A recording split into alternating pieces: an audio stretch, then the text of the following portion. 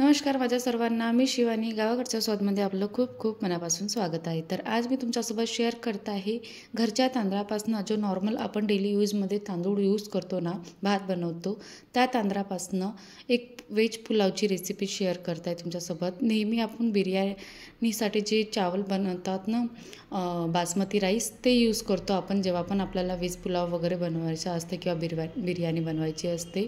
पण मी ह्या वेळेस जो नॉर्मल घरच्या तांदूळ असते ना, त्याच्यापासून व्हेज पुलाव बनवणार आहे.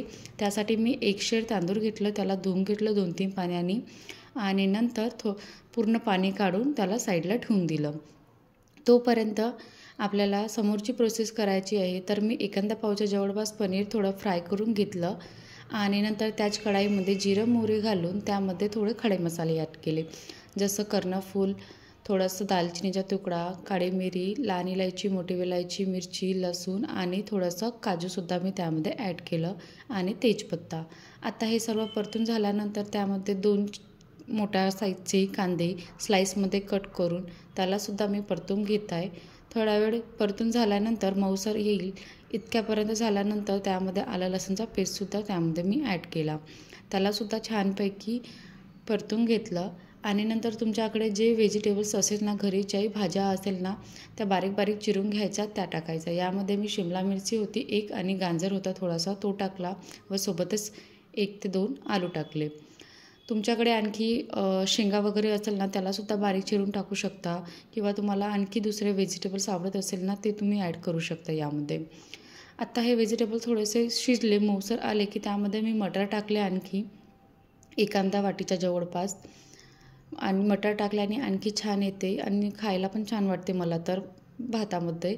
आणि 2 टमॅटो स्लाईसमध्ये कट करून ते सुद्धा त्यामध्ये ॲड केले. बारीक चिरून पण टाकू शकता तुम्ही तुमच्या आवडीनुसार. आता हे सर्व शिजलं, थोडंसं मुरलं की त्यामध्ये मसाले घालायचे घरगुती, जसं लाल तिखट, हळद, मीठ, धनिया पावडर, जिरा पावडर वगैरे, गरम मसाला वगैरे हे सर्व टाकायचं. आणि जे फ्राय केलेलं पनीर होतं ना, ते सुद्धा मी त्यामध्ये ॲड केली. आता हे यांना सर्व भाज्यांना वगैरे, पनीरला वगैरे सर्व तिखट मीठ लागलं पाहिजे, यासाठी मी याला 1 ते 2 मिनटं थोडंसं असंच अर्धवट झाकून शिजू देत आहे. आणि बघू शकता आता थोडंसं मुरलं आहे, तर याला तेलसुद्धा सुटलेलं आहे साईडला.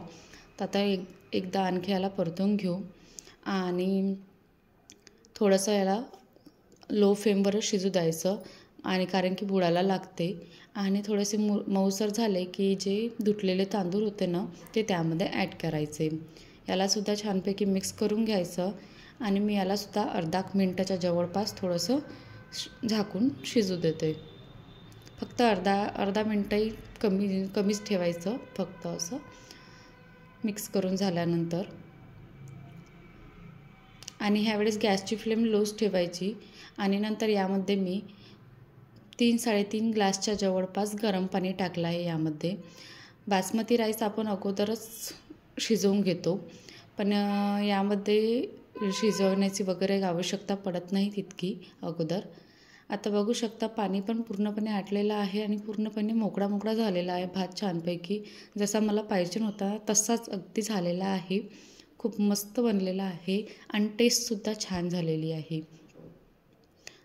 मीठ वगैरे कमी जास्त असेल किंवा काही असेल ना, तर त्यावर वरून टाकून द्यायचं आणि एखादा मिनटं झाकून ठेवून द्यायचं, म्हणजे परफेक्ट हे टेस्ट तयार होऊन जाते आपली.